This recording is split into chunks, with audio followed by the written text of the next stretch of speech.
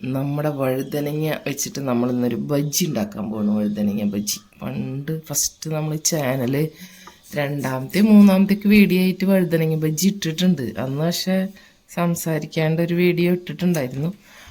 അത് അധികം ആൾക്കാരൊന്നും കണ്ടിട്ടില്ല. നമ്മളൊരു ചാനൽ തുടങ്ങുമ്പോൾ അധികം ആൾക്കാരൊന്നും കാണില്ലല്ലോ. ഇപ്പോഴും അധികം ആൾക്കാരൊന്നും കാണണമെന്നില്ല. എന്നാലും രണ്ടാമതും ഒരു വഴുതനങ്ങ ബജ്ജിയുടെ വീഡിയോ ഇടാമെന്ന് വിചാരിക്കുക. അപ്പോൾ നമ്മൾ വഴുതനങ്ങ അരിഞ്ഞെടുക്കാം. വഴുതനങ്ങകൾ ഇങ്ങനെ ഉണ്ടാവുന്നുണ്ട്, നന്നായിട്ടുണ്ടാവുന്നുണ്ട്. ഇപ്പം ഇത് ഇത്രയും കിട്ടി വേണ്ട, ഇനിയും ചെറുതുകളുണ്ട്. അപ്പോൾ നമുക്കിതിനെ ഒന്ന് മുറിച്ചെടുക്കാം.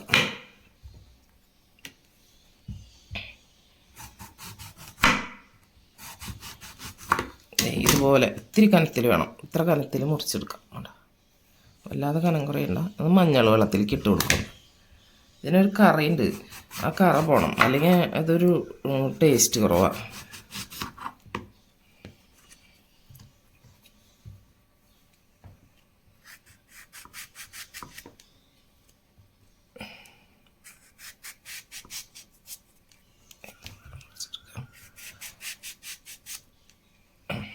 തന്നെ അതുപോലെ മുറിച്ചെടുക്കാം.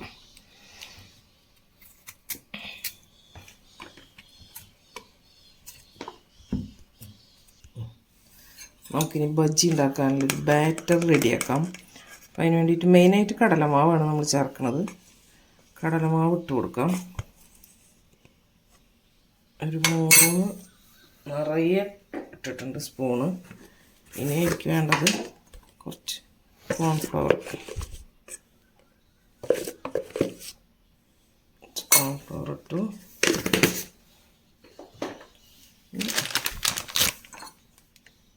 ഒരു സ്പൂൺ മൈദ ചേർത്തു.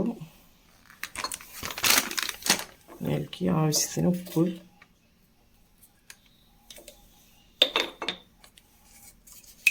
കുറച്ച് കായത്തിൻ്റെ പൊടി,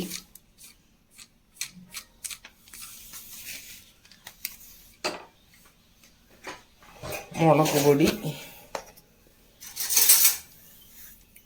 അധികം എരിവില്ലാത്ത മുളക് പൊടിയാണ് ചേർക്കുന്നത് കേട്ടോ.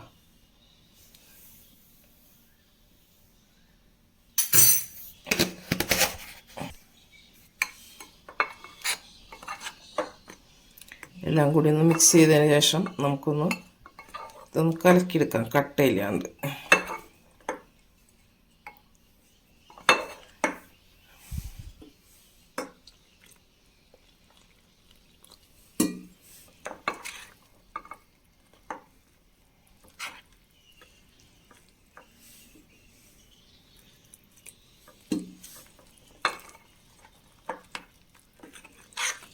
നല്ല കട്ടിയിൽ, അത്യാവശ്യം കട്ടിയിൽ കലക്കണം.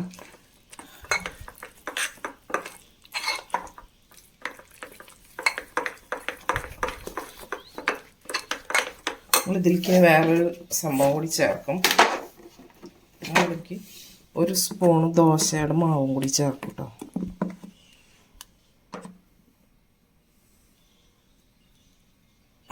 അത്ര മതി. അതുകൂടി ചേർത്തിട്ട് നന്നായി ഇളക്കിയെടുക്കാം.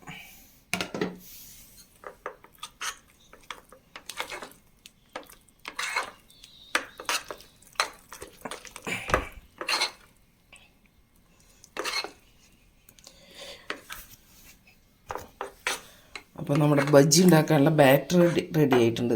ഇതേപോലെ ആയിട്ട് ബാറ്റർ കറക്റ്റായിട്ട് എടുക്കുക. ഇനി നമ്മൾ ഇതിലേക്ക് ഒരു നുള്ള് സോഡാപ്പൊടി ചേർക്കും. അത് ഉണ്ടാക്കുന്ന സമയത്തേ ചേർക്കുള്ളൂ കേട്ടോ. മഞ്ഞൾപ്പൊടി ചേർത്തിട്ടില്ല. മുളക് പൊടി ആണ്, കായപ്പൊടിയാണ് ഇതിൽ പൊടികളായിട്ട് ചേർത്തിട്ടുള്ളത്. ഉപ്പ് പൊടി, ഒരു നുള്ള് സോഡാപ്പൊടി ഉണ്ടാക്കുന്ന സമയത്ത് നമ്മൾ ചേർക്കും. ഇതൊരു 5 മിനിറ്റ് കൂടി ഇരിക്കട്ടെ.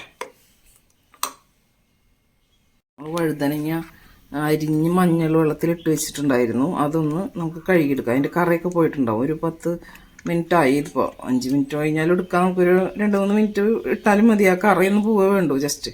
അല്ലെങ്കിൽ ഒരു ചെറിയ കയ്പ്പ് രസം പോലെ തോന്നും നമുക്ക് ബജ്ജിക്ക്. അപ്പോൾ ഇതൊന്ന് കഴുകിയെടുക്കാം.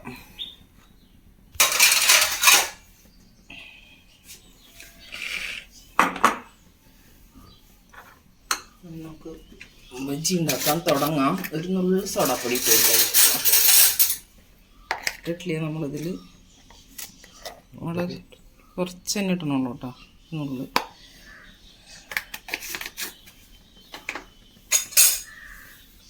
നന്നായി ഇളക്കി കൊടുക്കാം.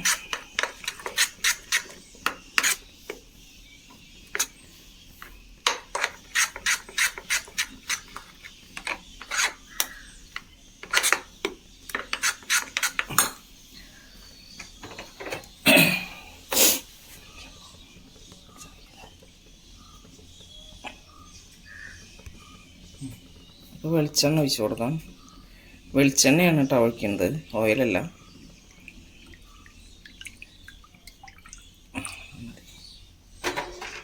ചൂടായി തുടങ്ങിയിട്ട് നമുക്കങ്ങനെ ബജ്ജി ഉണ്ടാക്കാം. ചട്ടി ചൂടായിട്ടുണ്ട്, നമുക്ക് ഓരോന്ന് ഇട്ട് കൊടുക്കാം.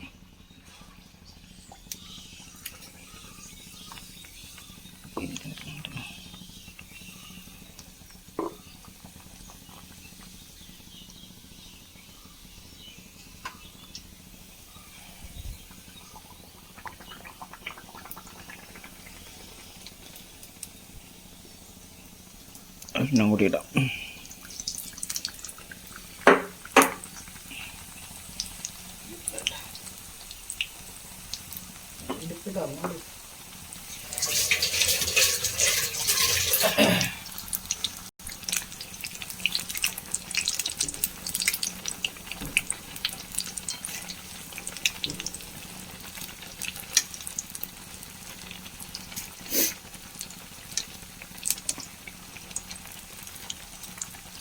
ഒന്ന് മീഡിയം ഫ്ലെയിമിൽ വെച്ച് കൊടുക്കുക. അപ്പോഴതിൻ്റെ ഉൾഭാഗമൊക്കെ ഒന്ന് വെന്ത് കിട്ടണമല്ലോ വഴുതനങ്ങയുടെ.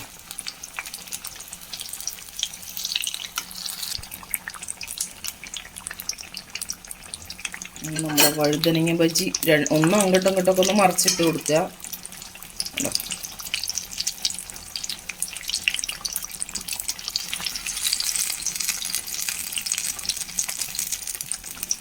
നമുക്ക് കടയിൽ നിന്ന് ഒരു ബജ്ജി വാങ്ങിക്കണമെങ്കിൽ എത്ര രൂപ കൊടുക്കണം? 10 രൂപ അല്ല 12 രൂപ കൊടുക്കണം.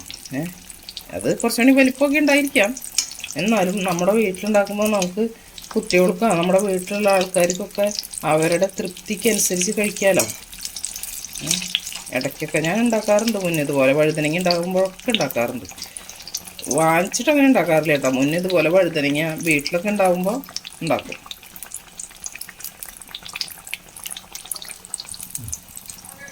അങ്ങനെ നമ്മുടെ ബജ്ജി ഇവിടെ റെഡി ആയിട്ടുണ്ട്. നമുക്ക് കോരി മാറ്റാം.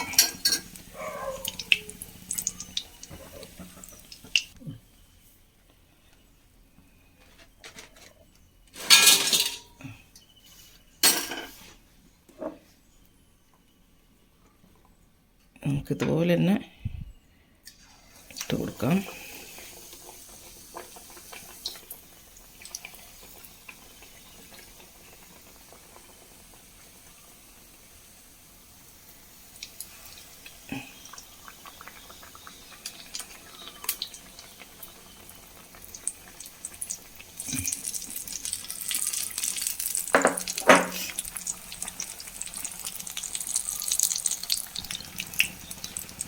നമ്മുടെ സെക്കൻഡ് ബാച്ചും റെഡി ആയിട്ടുണ്ട്.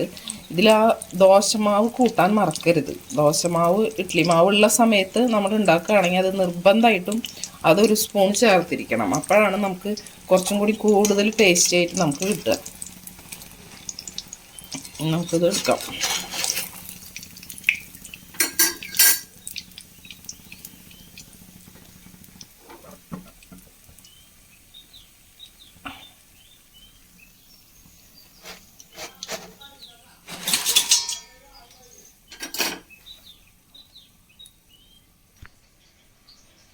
അങ്ങനെ നമുക്ക് ചമ്മന്തി കൂട്ടിയിട്ട് ബജ്ജി കഴിക്കാം. സൂപ്പർ ടേസ്റ്റി ആയിട്ടുള്ള ബജ്ജിയാണ്. എല്ലാവരും ഇതുപോലെയൊക്കെ ഒന്ന് ഉണ്ടാക്കി നോക്കുക. അടിപൊളി ബജ്ജിയാണ്.